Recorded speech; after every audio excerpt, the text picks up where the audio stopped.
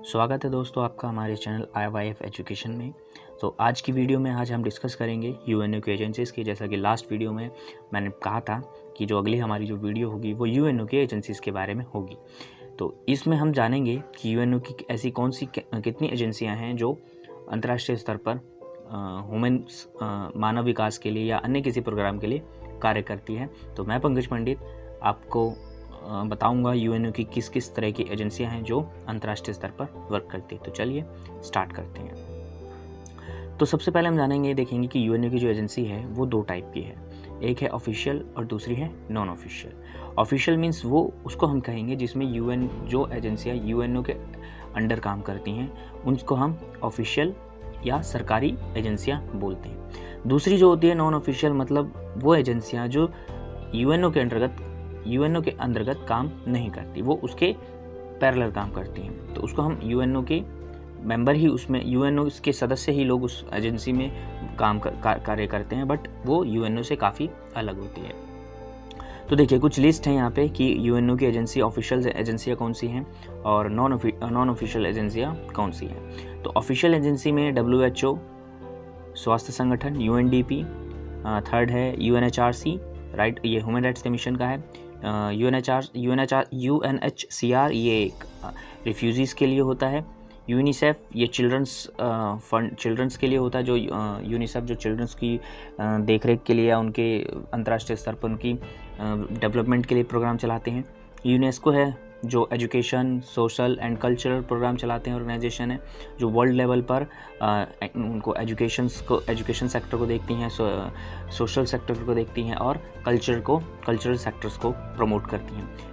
UNEP United Nation environment programme, यानी ये पूरे विश्व में एनवायरनमेंट प्रोग्राम को सपोर्ट करती हैं और उसको प्रोत्साहन करती हैं। अब हम बात करते हैं नॉन ऑफिशियल की, जिसमें सबसे पहले आता है WTO, ये एक वर्ल्ड ट्रेड ऑर्गेनाइजेशन है। उसके बाद आता है IMF जो इंटरनेशनल मॉनेटरी फंड है, अंतर्राष्ट्रीय मुद्रा कोष। फिर उसके बाद आता है IAEA, अंतर्राष्ट्रीय आणविक ऊर्जा एजेंसी।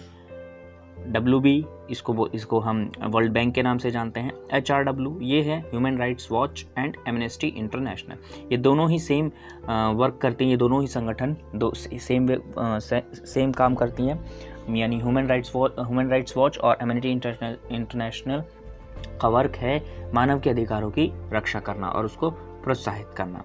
तो चलिए स्टार्ट करते हैं ऑफिशियल्स का। सबसे पहले हम देखेंगे WHO, जिसका फुल नेम है विश्व स्वास्थ्य संगठन। तो अब इसका जो मुख्यालय है वो जेनेवा में है, जो जेनेवा के स्विट्ज़रलैंड में है। और इसकी जो स्थापना हुई थी वो 7 अप्रैल 1948 में इसकी स्थापना हुई थी और अभी तक इसमें 194 मेंबर सदस्य WHO के हो चुके हैं। अब इसका कार्य क्या है, उद्देश्य क्या था कि अंतर्राष्ट्रीय स्वास्थ्य संबंधी कार्यों पर निदेशक एवं समन्वय प्राधिकरण के रूप में कार्य करना, यानी कि जितने भी स्वास्थ्य संबंधी कार्य होंगे उस पर दिशा निर्देश WHO देता है। जैसे भी हाल ही में कोरोना वायरस जो फैला है, एक पेंडेमिक है पूरे विश्व में, इसकी वायरस फैल चुका है पूरे विश्व में, संक्रमण काफ़ी बढ़ चुका है। तो इसमें जो भी गाइडलाइंस, जो भी दिशा निर्देश दिए जाते हैं वो WHO द्वारा दिए जाते हैं कि आपको किस तरीके से इस वायरस से बचना है, कैसे अपने आप को इससे बचाना है। थर्ड है सरकारों के अनुरोध पर स्वास्थ्य सेवाओं को मजबूत करने के लिए सहायता प्रदान। अब जिस देश की स्वास्थ्य सेवाएं वीक हैं, कमज़ोर हैं, उनके अनुरोध पर WHO उनको स्वास्थ्य सहायता प्रदान कराते हैं। ऐसे वैज्ञानिक और पेशेवर समूहों के मध्य सहयोग को बढ़ावा देना जो स्वास्थ्य प्रगति के क्षेत्र में योगदान करते हैं। अब ये रिसर्च और ऐसे समूहों को प्रमोट करते हैं जो स्वास्थ्य प्रगति के क्षेत्र में योगदान देते हैं। ये नई नई बीमारियों पर या नई तरह की दवाइयों पर रिसर्च करते रहते हैं, जिससे आने वाली बीमारियों का या उनके इलाज का पता लगाया जा सके। तो ये था WHO, इसको हमने अच्छे से जाना। अब हम जानेंगे UNDP, तो संयुक्त राष्ट्र विकास कार्यक्रम। अब इसकी स्थापना 22 नवंबर 1965 में हुई थी और इसका मुख्यालय न्यूयॉर्क में है, अमेरिका में है, USA में। अब इसका कार्य क्या है कि संयुक्त राष्ट्र प्रणाली के माध्यम से तकनीकी सहायता प्रदान करना, यानी कि ये विकासशील देशों को तकनीकी सहायता प्रदान करता है जिससे वहाँ के लोगों को रोजगार या उनको आर्थिक रूप से मदद की जाती है। लोगों को बेहतर जीवन बनाने में, लोगों के जीवन को बेहतर बनाने में मदद करने के लिए ज्ञान, अनुभव और संसाधनों को जोड़ता है। यानी कि वहाँ के जो लोग हैं उनके जीवन को बेहतर किस तरीके से बेहतर बनाया जा सके, उनके ज्ञान को बढ़ाया जा सके, उनके अनुभवों को बढ़ाया जा सके, उससे ये संसाधनों को जोड़ने में उनकी मदद करता है, जिससे मानवों के विकास को बहुत मदद मिलती है। चलिए, अब है संयुक्त राष्ट्र शरणार्थी उच्चायुक्त कार्यालय यानी UNHRC। अब इसकी स्थापना 14 दिसंबर 1950 में की गई थी।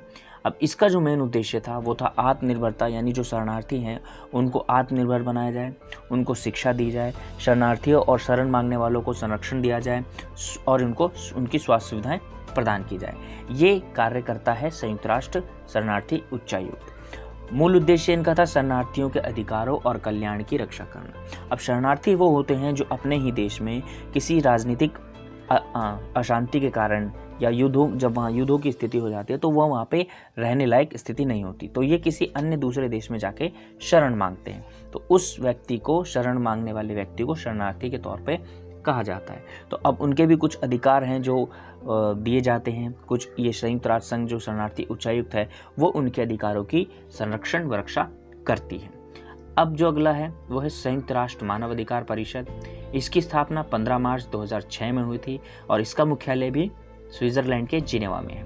अब इसका मेन फोकस क्या रहता है कि किसी भी देश में मानवाधिकारों के उल्लंघन का गहन विश्लेषण कर सकेगी। यानी कि ये जितने देश में चल रहे मानव अधिकारों का उल्लंघन, अगर किसी भी मानव का अधिकारों का उल्लंघन होता है, उन पर अत्याचार होता है, तो ये उस पर सख्त कार्यवाही करती है और उनकी देखरेख भी करती है।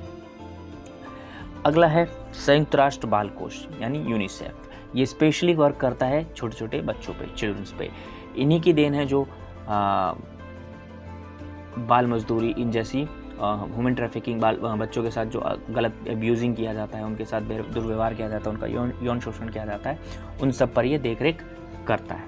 इसकी स्थापना की गई थी 1946 में और इसका मुख्यालय है न्यूयॉर्क में।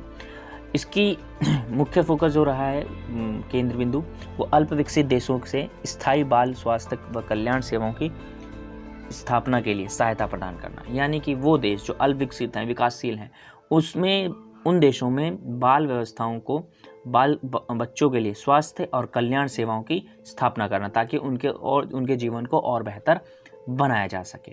यूनिसेफ को 1965 में शांति का नोबेल पुरस्कार भी दिया गया था। यानी कि यूएनओ द्वारा इसको नोबेल पुरस्कार भी 1965 में दिया गया है।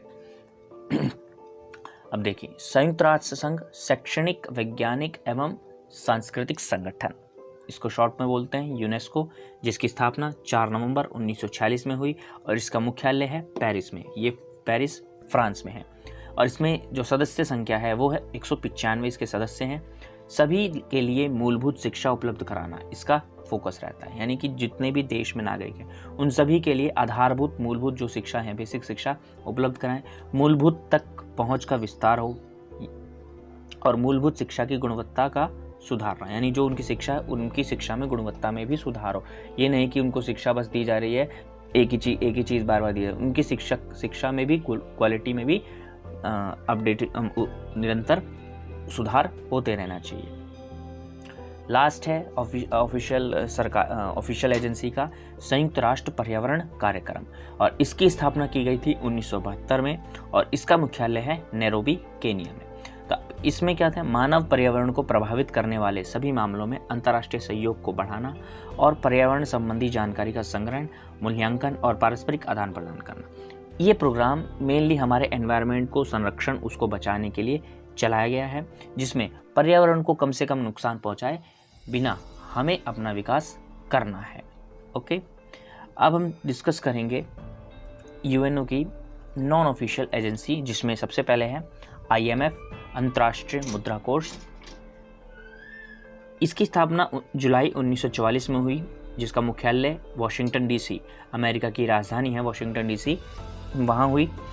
इसका जो मुख्य काम है, फोकस रहा है, वो है आर्थिक स्थिरता सुरक्षित करना। यानी कि जो भी विकसित देश है उनकी आर्थिक स्थिरता, यानी कि उनकी अर्थव्यवस्था को सुधारने में मदद करता है और आर्थिक प्रगति को बढ़ावा देता है, यानी कि उनकी अर्थव्यवस्था को स्थिर करना और उसकी उन स्थिरता को बढ़ाना, यानी उसकी आर्थिक प्रगति को बढ़ाना। साथ साथ उसके देश में जो गरीबी है उसको भी कम करना, रोज़गार को बढ़ावा देना और अंतर्राष्ट्रीय व्यापार को सुविधाजनक बनाना, ये इसके मुख्य कार्य थे। अंतर्राष्ट्रीय व्यापार को सुविधाजनक बनाएंगे, रोजगार के अवसर बनेंगे, रोजगार के अवसर बनेंगे तो गरीबी धीरे धीरे अपने आप खत्म होगी, जब गरीबी धीरे धीरे अपने आप खत्म होगी तो आर्थिक प्रगति अपने आप बढ़ेगी। ये अंतर्राष्ट्रीय मुद्रा कोष के पहलू हैं। विश्व व्यापार संगठन WTO, इसकी स्थापना 1 जनवरी 1995 में हुई और 29 सितंबर 2016 को तक इसमें 164 सदस्य देश शामिल हो चुके थे। अब इसका मुख्य कार्य क्या है कि बातचीत के माध्यम से व्यापार बाधाओं को कम करती है, यानी कि इसका जो मेन कार्य है वो है व्यापारिक मसलों को सुलझाना, यानी कि विभिन्न देशों के बीच अगर जो भी व्यापारिक बाधाएं हैं, व्यापारिक मतभेद हैं, उनको विश्व व्यापार सुलझाता है और व्यापारिक नियमों, वैश्विक व्यापार के नियमों को भी तय करता है, यानी कि किस तरीके से व्यापार होगा उन नियमों को भी कौन तय करता है? WTO तय करता है। ये इसके मुख्य कार्य हैं। चलिए अब आते हैं, हम पढ़ते हैं WB, विश्व बैंक, जिसकी स्थापना 1944 जुलाई में हुई और इसका भी हेडक्वार्टर, इसका भी मुख्यालय वॉशिंगटन DC USA में है। और सदस्य देशों को इसका काम क्या रहता है कि जो भी इसके सदस्य देश हैं उनको वित्तीय सलाह देता है, यानी कि लोन देना और उसकी सलाह देना कि आपको किस तरीके से इसका यूटिलाइज करना है, ठीक। और इसके जो सदस्य देश हैं करीब 189 सदस्य देश इसमें शामिल हैं और ये पूरे विश्व में विकासशील देशों को ऋण देने और उनको सलाह देने का कार्य करता है। अब हम बात करते हैं अंतर्राष्ट्रीय आणविक ऊर्जा विभाग या एजेंसी की। इसका मुख्यालय वियना में है और इसकी स्थापना 27 जुलाई 1957 में हुई थी। इसका मुख्य उद्देश्य काम का क्या है कि संपूर्ण विश्व में शांति बनाए रखना, स्वास्थ्य एवं समृद्धि के लिए आणविक ऊर्जा के योगदान को विस्तार एवं प्रोत्साहित करना, यानी परमाणु ऊर्जा का इस्तेमाल केवल और केवल शांति के लिए किया जाएगा, युद्ध के लिए नहीं किया जाएगा। इसका ये मेन फोकस रहता है। आज का ये जो वीडियो था UNO पे लास्ट वीडियो था। इसमें UNO का पूरा टॉपिक कवर हो चुका है और अगर कुछ भी रहता है तो हम उसमें एक विविध वीडियो बनाएंगे जिसमें हम लेफ्ट टॉपिक या लेफ्ट पॉइंट्स हम उसमें कवर करेंगे। आज का वीडियो अगर आपको अच्छा लगा तो इसको शेयर कीजिए, चैनल को सब्सक्राइब कीजिए और इस वीडियो को, आप में जो भी डाउट हो इस वीडियो से रिलेटेड आप हमें कमेंट सेक्शन में पूछ सकते हैं। थैंक यू, मिलते हैं नेक्स्ट वीडियो नेक्स्ट चैप्टर के साथ।